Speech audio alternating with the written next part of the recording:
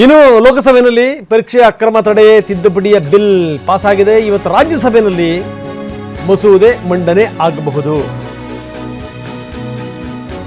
ಇದಕ್ಕೆ ಸಂಬಂಧಪಟ್ಟಂಗೆ ಮಧ್ಯಾಹ್ನ 2 ಗಂಟೆಗೆ ಮಸೂದೆ ಮೇಲಿನ ಚರ್ಚೆ ಶುರುವಾಗುತ್ತೆ.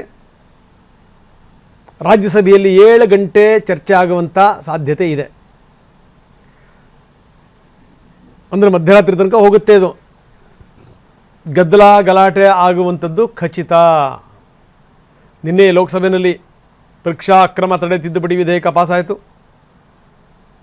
ಈ ಸಾರ್ವಜನಿಕ ಪರೀಕ್ಷೆ ತಿದ್ದುಪಡಿ ಬಿಲ್ 2026 ವಿಪರೀತ ಗದ್ದಲದ ನಡುವಿನೇ ತಿದ್ದುಪಡಿ ವಿಧೇಯಕ ಪಾಸಾಗಿದ್ದು.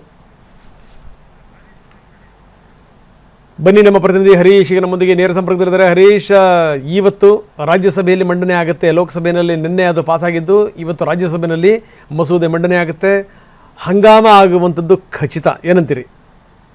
ಹೌದು ರಂಗನಾಥ್, ನಿನ್ನೆ ಬಹು ನಿರೀಕ್ಷಿತ ಪರೀಕ್ಷಾ ಅಕ್ರಮ ತಡೆಗಳ ಮಸೂದೆ ನಿನ್ನೆ ಲೋಕಸಭೆಯಲ್ಲಿ ಪಾಸ್ ಆಗಿರುವಂತಹದ್ದು ಗದ್ದಲದ ನಡುವೆ ಪಾಸ್ ಆಗಿದೆ. 2 ದಿವಸಗಳ ಕಾಲ ಚರ್ಚೆಗೆ ಅವಕಾಶವನ್ನು ಕೊಡಲಾಗಿತ್ತು. ಸುಮಾರು 7 ರಿಂದ 8 ಗಂಟೆಗಳ ಕಾಲ ಚರ್ಚೆ ನಡೆದಿತ್ತು ಲೋಕಸಭೆಯಲ್ಲಿ. ಆಡಳಿತ ಹಾಗೂ ವಿರೋಧ ಪಕ್ಷಗಳ ಸದಸ್ಯರುಗಳು ಚರ್ಚೆಯಲ್ಲಿ ಭಾಗವಹಿಸಿದ್ರು. ಬಹುತೇಕ ಆಡಳಿತ ಪಕ್ಷದಿಂದ NDA ಸಂಸದರು, ಯುವ ಸಂಸದರೇ ಹೆಚ್ಚಿನದಾಗಿ ಈ ಮಸೂದೆ ಬಗ್ಗೆ ಮಾತಾಡಿದ್ರು.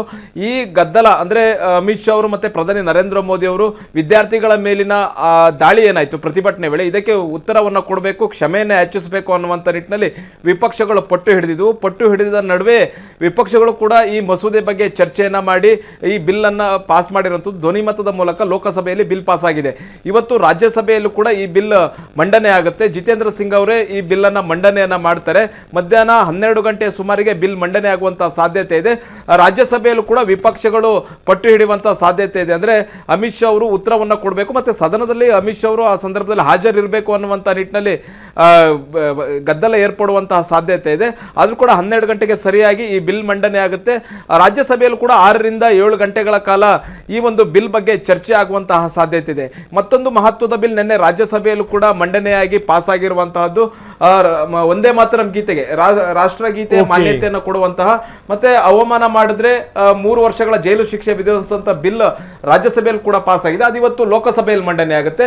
ಲೋಕಸಭೆಯಲ್ಲಿ ನಿನ್ನೆ ಪಾಸ್ ಆದಂತಹ ಪರೀಕ್ಷೆ ಅಕ್ರಮ ತಡೆಗಳ ಮಸೂದೆ ರಾಜ್ಯಸಭೆಯಲ್ಲಿ ಮಂಡನೆ ಆಗುತ್ತೆ. ರಾಜ್ಯಸಭೆಯಲ್ಲಿ ಪಾಸ್ ಆದ ನಂತರ ರಾಷ್ಟ್ರಪತಿಗಳ ಅನುಮತಿ ಏನು ಸೈನ್ ಹಾಕ್ತಾರೆ, ಆಗ ಅದು ಕಾನೂನಾಗಿ ರೂಪಿತ ಆಗುತ್ತೆ.